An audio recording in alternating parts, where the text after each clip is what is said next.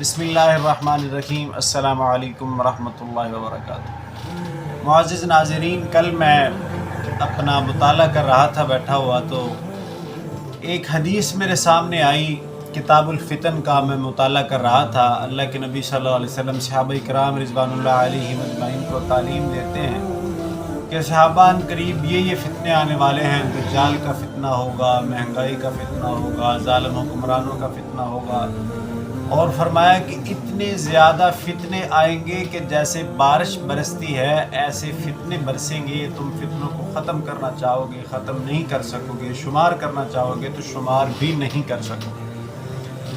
تو بیان کرتے کرتے رسول اللہ صلی اللہ علیہ وآلہ وسلم نے فرمایا، صحابہ میں تم کو ایک ایسی چیز بتلاؤں جو دجال سے بھی زیادہ خطرناک ہے۔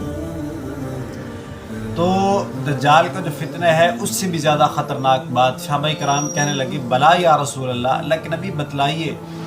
تو رسول اللہ صلی اللہ علیہ وآلہ وسلم نے فرمایا، صحابہ دجال سے بھی زیادہ خطرناک ترین بات یہ ہے کہ جب کوئی مسلمان اللہ کی عبادت کر رہا ہوگا اور جب اس کے سامنے کوئی اور مسلمان آتا ہے تو وہ اپنی نماز کو زینت دینا شروع کر دیتا ہے، یعنی وہ اپنی نماز کے اندر لوگوں کا دکھلاوا شامل کر لیتا ہے، لوگوں کو دکھلانے کے لیے اپنی نماز کو لمبا کرتا ہے، اس میں زینت کر دیتا ہے، اس کی خوبصورتی کو بڑھا دیتا ہے، لوگوں کو دکھانے کے لیے اس کے اندر خشوع و خضوع پیدا کر دیتا ہے، جو کہ حقیقت میں نماز کے اندر نہیں ہوتا۔ تو رسول اللہ صلی اللہ علیہ وآلہ وسلم فرماتے ہیں کہ اس بندے کا ڈر مجھے دجال سے بھی زیادہ ہے کہ وہ اپنے عمل کو ضائع کر لے گا۔ کہا جاتا ہے کہ عمل کرنا، نماز پڑھنا، روزہ رکھنا، اللہ تعالیٰ کی جو بھی عبادت ہے کرنا مشکل نہیں ہے۔ حقیقی مشکل کام یہ ہے کہ جو بھی آپ عبادت کریں اس کو سنبھال کے رکھنا، اپنی نیکیوں کو بچا کے رکھنا، یہ مشکل ہے۔ یہ بہت ہی انتہائی مشکل ترین کام ہے کہ بندہ اپنی نیکیوں کو بچا سکے۔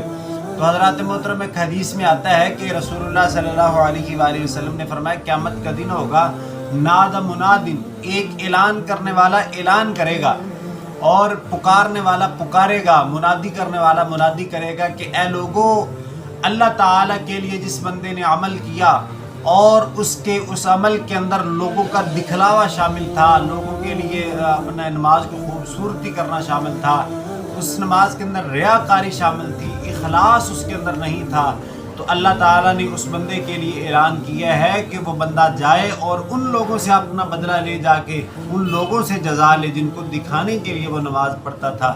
تو حضرات محترم، یہ کتنا اس وقت شرمندگی کا باعث ہوگا جب بندہ نہ کہیں بھاگ سکے گا۔ اب پچھتایا کیا کرے، جب چڑیاں چگ گئی کھیت، وہاں سے بندہ کہیں جا نہیں سکے گا، صرف وہاں جب بندہ پہنچ جائے گا تو وہاں کا وہیں کے لیے رہ جائے گا، وہاں سے بندہ کہیں نہیں بھاگ سکتا۔ لیکن پھر بھی اس وقت بندے کی ساری زندگی کے جو عمل ہیں وہ اللہ تعالیٰ ضائع اور بیکار کر کے رکھ دیں گے۔ اس سے زیادہ شرمندگی اور اس سے زیادہ ناکامی اور اس سے زیادہ بربادی اور کیا ہو سکتی ہے؟